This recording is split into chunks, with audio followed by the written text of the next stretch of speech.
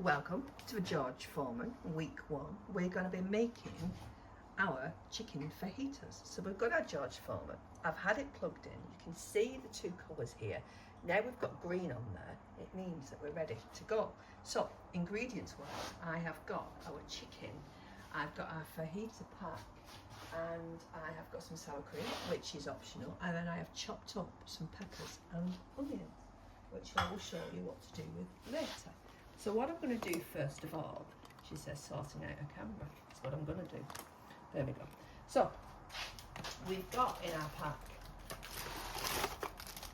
some nuts, and then we have got some salsa, which of course you can do all individual, and then we've got some fajita rub on there as well. So I'm going to take the fajita rub, and I thought what I would do is, because I was reading, is whether to do the chicken whole or whether to do it chopped up. So I thought, you know what, I'll do one of each, and we will just say where we're going from. Just bear with me a second while I sort out this camera angle. There we go, that's better. So I'm going to take the whole up. Now I'm really tight. To me, I'm looking at that going, that's a lot of stuff for this amount of stuff. So I'm just going to use half of it. Rub it in like that. Add on. Oh, because we didn't need that then. And then get it rubbed in. There we go. Like that. Work your way in. Now, I'll be honest with you, what would be really helpful if I'd done this about half an hour before and left it sat in the fridge marinating, but it's not going to be happening, is it? We were gardening, is what we were doing. So there we go.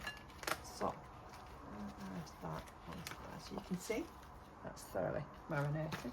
Same with the chicken, but I am going to pop that in there. There's a lot of chicken in there. And I'm just going to pop the rest of that rub somewhere different. I'm going to pop that in the bin so it's out of the way, and then bear with me a second. I'm just going to go and wash the hands, and I'll be back with you presently.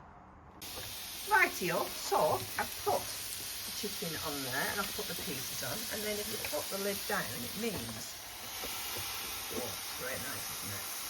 Now what I would say automatically is that one is higher than the other, so we need to be really mindful of that. Bear with me a sec, I'm going to check how long this is likely to take. So, it says in the book, between, where are we? Chicken is between 8 and 10 minutes. So, this has been on for about 5 minutes already. As you can see, it's starting to go brown up top. You can see here, it's not cooked properly at all. So, I just wanted to show you how it starts doing. Because you've got a double grill, it cooks both at the same time. So I shall come back once it looks as though we've cooked, and I'll show you how to check. Right, so I've just been having a quick look, and I've cut open the chicken in the middle here, and you can see that it's white. That's what we are after. That we've got no pink bits at all. So clearly, because this has been cut into smaller pieces, it's cooking quicker. So I'm going to pop that in a bowl, and then we're going to double check the big chicken. Right, so I've just cut this in half, and you can see, can't you? It's just a little bit on the pink side. So I'm going to put that back down, and we'll come back to it presently. Right, I've taken it off. You can see we are cooked. So I'm going to pop it in a bowl to rest it. What I'm going to do is, because we've still got some of the sauces on there, is just put on the peppers and the onions.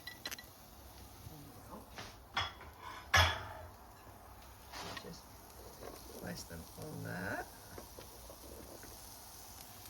and then pull the lid down.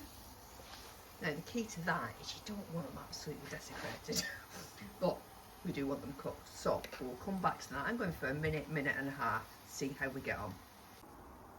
Rightio, so I've had them on. You could do them a little bit longer if you want, but I wanted to kind of make sure they've still got some bite in them as well. Now I've taken the chicken, and I did my little experiment, didn't I, where I took a full piece and cooked it, and then I cut some up into bits. What I would say, for me personally, is that a big piece has stayed juicier than the smaller pieces. So each to your own. I'm going to chop those smaller pieces up as well, but I think when I do this again, I'm going to keep it as a big piece and then slice it or shred it at the end, like I have been doing. What I've got in the microwave now is a pack of microwavable Mexican rice. So once that's ready and it's all set out, I shall show you where I'm up to.